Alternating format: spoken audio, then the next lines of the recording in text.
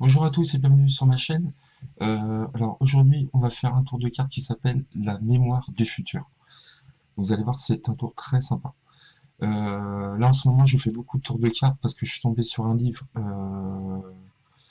de James Stewart qui est extra. Franchement, il y a plein de tours de fou, donc je voulais vous proposer les meilleurs tours du livre. Donc il y aura 5-6 tours encore de cartes et j'essaierai de changer un peu, de vous faire d'autres types de tours. Mais en ce moment, je suis à fond dans les tours un peu semi-automatiques, automatiques et les tours de petits paquets. J'adore ça vraiment. Donc là, pour ce tour, vous devrez classer votre jeu d'une certaine façon. Donc, je vous donne l'explication tout de suite, hein. Donc vous allez devoir répéter une série de cartes. Donc vous allez faire 7, 8, 9, As, 2, 3, 4, 5, 6. Ok. Et ça, vous allez le faire 4 fois.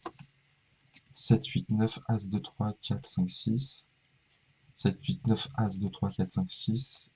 Et vous le faites encore une fois. Et après, vous laissez vos têtes et les 10 en dessous. D'accord? Donc ça, c'est l'arrangement du paquet.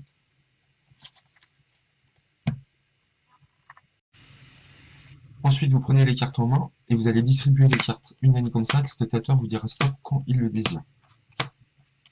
Imaginons, il dit stop ici.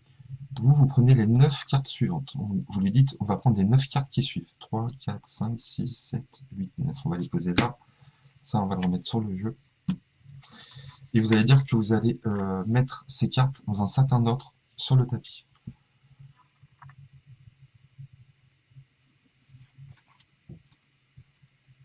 Ok.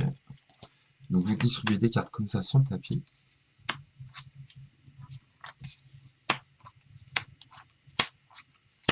Donc le spectateur ne sait pas quelle carte il y a. Ici, comme ceci. Alors, quand vous prenez les 9 cartes et que vous les étalez comme ceci, il y a un ordre à respecter. D'accord? Donc là, il vous a dit stop, vous avez pris les 9 premières cartes et vous aurez dedans obligatoirement le 7, 8, 9, As, 2, 3, 4, 5, 6. D'accord? Automatiquement. Et ce qu'il faut faire, c'est, quand vous avez votre jeu comme ça, ce qu'il faut faire, c'est, alors là, c'était pas comme ça, et il faut passer, c'était à peu près comme ça, voilà, j'étais comme ça, à peu près. Ce que vous faites, c'est, il faut que, vous allez dire que vous allez le ranger dans un certain ordre, et vous allez mettre le 6, le 7, pardon, au-dessus du jeu. Il faut recréer la suite qu'on avait, l'ordre qu'on avait créé auparavant. D'accord? Donc 7, 8, 9, As, 2, 3, 4, 5, 6. Vous dites, voilà, je vais les ranger dans un certain ordre. Et vous étalez, vous commencez par le 7 à gauche. Et vous mettez l'autre par-dessus, comme ça. Très important de mettre la carte sur l'autre. Vous allez voir après pourquoi. Et vous dites, voilà, on va mettre les 9 cartes comme ceci.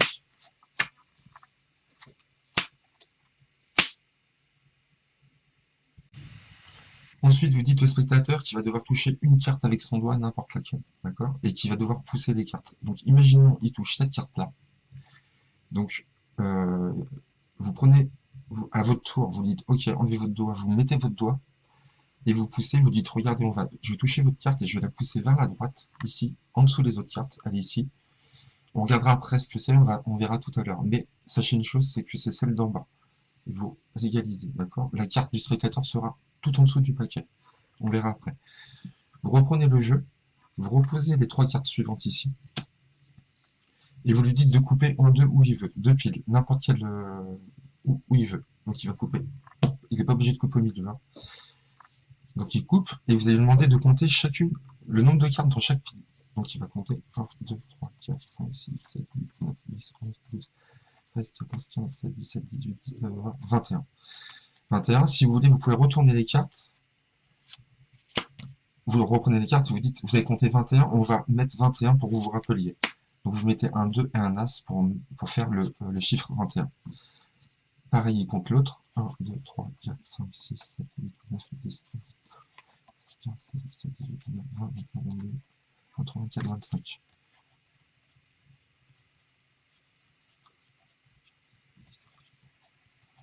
25. Pareil, si vous avez un 2 et un 5, vous pouvez mettre un 2 et un 5 pour qu'on se rappelle du nombre de cartes dans les piles. Donc là, on sait qu'on a 25 cartes, et là, 21 cartes. Maintenant, ce qui serait intéressant, c'est de retrouver un chiffre par rapport à ces quatre cartes-là. Comment? Vous allez demander d'additionner au spectateur ces deux cartes-là. 5 et 2, ça fait 7. Là, c'est 2 et 1, ça fait 3. Ensuite, vous lui demandez d'additionner ces deux chiffres-là. 7 et 3, ça fait 10. D'accord?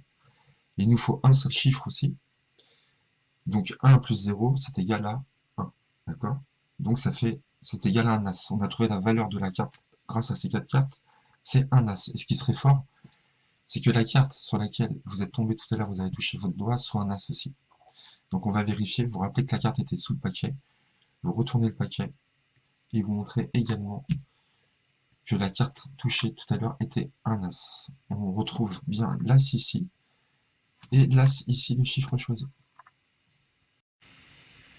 Donc ce qui est dingue avec ce tour, c'est que cela semble presque impossible à croire, car quelle que soit la carte touchée par le spectateur, et quel que soit le nombre de cartes dans chacune des piles, il suffit de suivre ce que je vous ai dit, et vous aurez toujours la carte touchée et le total des piles seront toujours identiques, d'accord?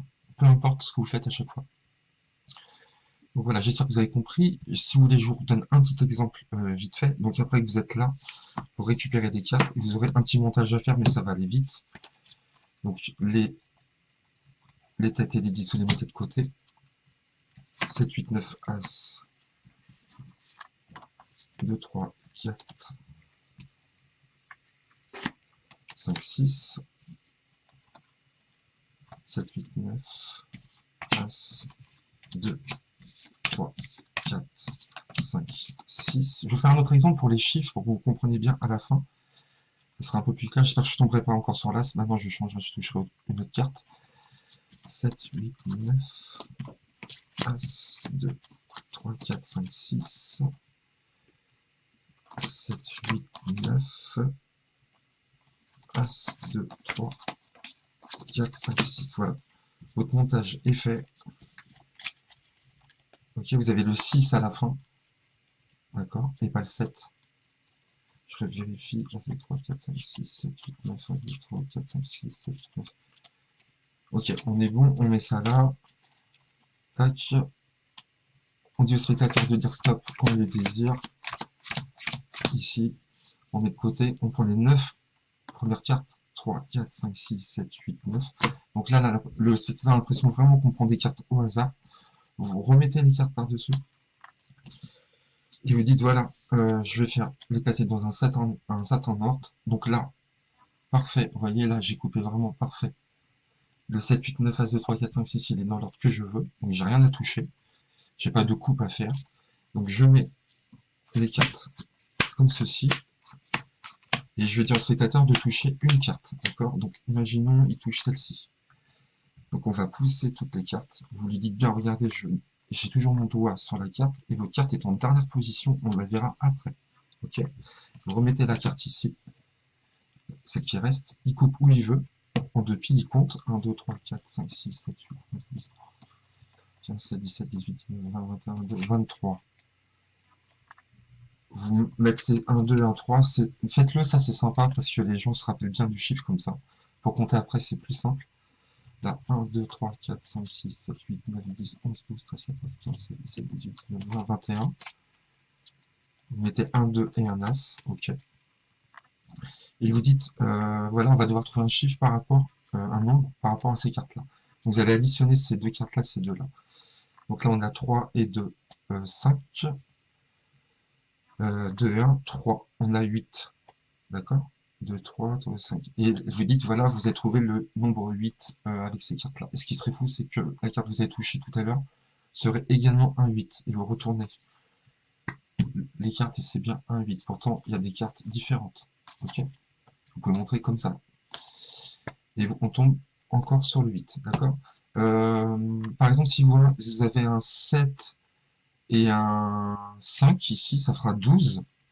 Il faudra que vous disiez au spectateur aussi de additionner le 2 et le 1 pour que ça fasse 3. D'accord?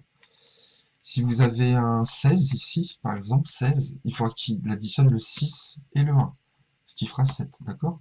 Et si dans ces deux, quand vous ferez le total de ces cartes-là, on arrive sur 18, par exemple, il faudra additionner le 8 et le 1 pour trouver le 9, ok? Donc voilà, ça marche à tous les coups. C'est vraiment un tour très sympa à faire, je trouve, assez intriguant. J'espère que ça vous a plu. Je vous dis à bientôt pour de nouveaux tours. Merci à vous. Bye bye.